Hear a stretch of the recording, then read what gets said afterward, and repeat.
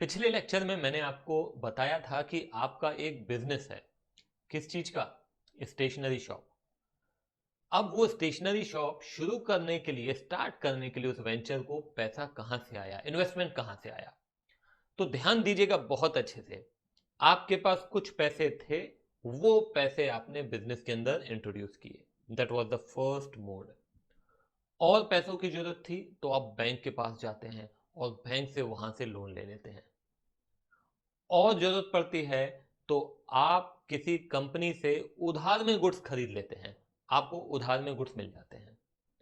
तो आपके पूरे इन्वेस्टमेंट की रिक्वायरमेंट जो बिजनेस के अंदर थी वो पूरी हो जाती है। तो पैसा कहां से आया बिजनेस के पास? किसके पास? बिजनेस के पास। पहला, आपके द्वारा आया। और जो पैसे, जो इन्वेस्टमेंट आप बिजनेस के अंदर करते हैं उसे हम कहते हैं कैपिटल। जो लोन आपने बैंक से लिया हुआ है उसे कहते हैं लायबिलिटी। और तीसरा, जो आपने उधार में गुड्स खरीदे हैं उसे भी हम कहते हैं लायबिलिटी। तो जो ओनर इंट्रोड्यूस करता है, जो ओनर इन्वेस्ट करता है बिजनेस के अंदर, उसे हम कहते हैं कैपिटल। और जो आउटसाइडर से लिया जाता है उधार, उसे हम कहते हैं लायबिलिटी। Is it clear? तो बिजनेस के अंदर जो भी पैसा आएगा ये इन दो मोड से ही आएगा। या तो ओनर लेके आता है या फिर आउटसाइडर से लिया जाता है। इसके अलावा कोई तीसरा मोड नहीं है। तो जितने भी एसेट्स आए हैं बिजनेस के अंदर वो कहां से आएंगे? वो या तो ओनर के द्वारा आएंगे या तो आउटसाइडर के द्वारा आएंगे। आप जब कभी भी अकाउंटिंग करेंगे तो बिजनेस के पॉइंट ऑफ व्यू से अकाउंटिंग करनी है।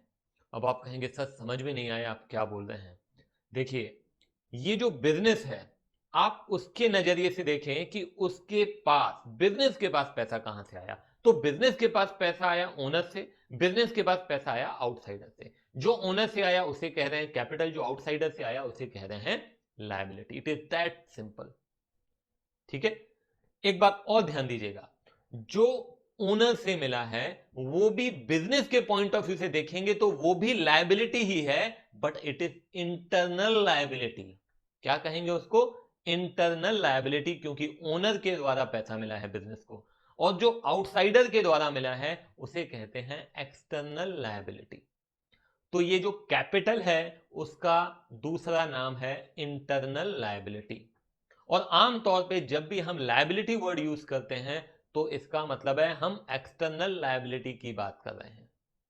Is it clear? अब जब हम लायबिलिटी की बात करेंगे तो लायबिलिटीज को भी हम दो कैटेगरीज में बांट सकते हैं। आपको याद होगा, हमने जब एसेट्स देखे थे तो एसेट्स में हमने देखा था non current asset and current asset. उसी प्रकार से लायबिलिटी भी जब हम देखेंगे तो वहां पे भी दो प्रकार की लायबिलिटी आती है। एक होती है नॉन करंट लायबिलिटी और दूसरी होती है करंट लायबिलिटी।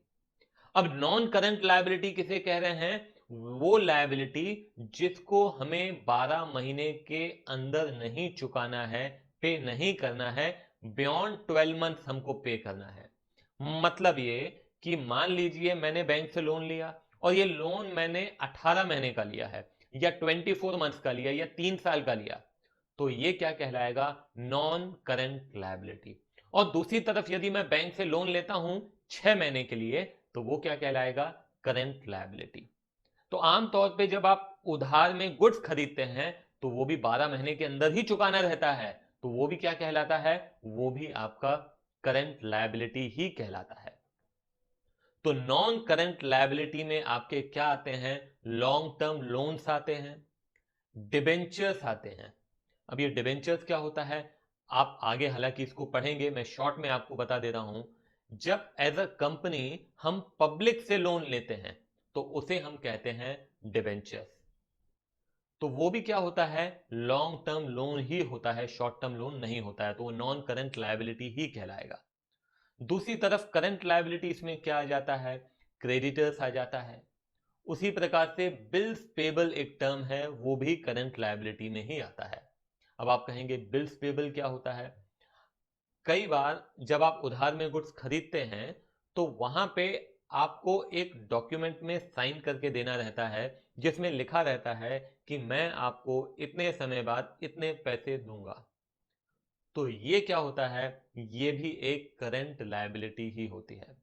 ठीक है, तो मैं एक बार पूरा जो आज हमने पढ़ा है इसको समराइज कर रहा हूं। आज के इस लेक्चर में हमने दो चीजें कवर की हैं, एक है कैपिटल और दूसरा है लायबिलिटी। तो एक बिजनेस को जो कुछ भी देना है, या तो ओनर को देना होगा या आउटसाइडर्स को देना होगा। तो जो ओनर को देना है उसे हम कहते हैं कैपिटल या फिर इंटरनल लायबिलिटी, और जो आउटसाइडर्स को देना है उसे हम कहते हैं एक्सटर्नल लायबिलिटी या फिर केवल लायबिलिटी। ठीक है, लायबिलिटी को फर्दर हम दो पार्ट्स में डिवाइड कर रहे हैं, non current liability and current liability. Non current liability जिनको 12 महीने के अंदर पे नहीं करना, उसके बियॉन्ड पे करना है, और करंट लायबिलिटी जिनको 12 महीने के अंदर ही हमको रीपे करना है। तो इस लेक्चर को हम यहीं पे खत्म करते हैं। Bye bye.